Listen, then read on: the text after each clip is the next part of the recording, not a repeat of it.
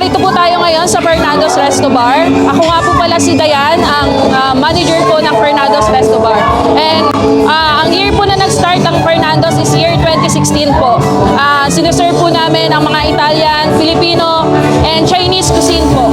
And also po, meron po kaming mga cocktails. Kung gusto nyo pong tikman po, may mga cocktails po kami tulad ng mga Long Island, Espresso Martini, Sex on the Beach, at iba pa po. Meron din po kami mga alcohol beverages like po yung mga beers, and also may mga local brand din po kami and yung mga international brand din po.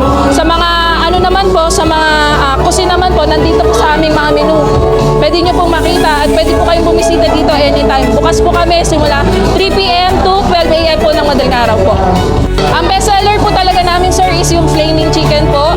Doon naman po sa mga Chinese food naman po, sir, meron din po kami. Sa mga dim sum po, meron din po kami. Sa mga Filipino food naman po, sir, may mga crispy pata rin po kami. Sa mga pika-pika naman po, sir, ang bestseller po namin is yung fried calamari po. Inaanyayahan ko po lahat ang mga taga Bulacan na bumisita po dito sa Fernando's Resto Bar at sa aming pong snack shack. Meron din po kami snack shack. Pwede na po kayo pumunta simula alas 3 ng hapon hanggang alas 12 po ng madaling araw. Maraming salamat po.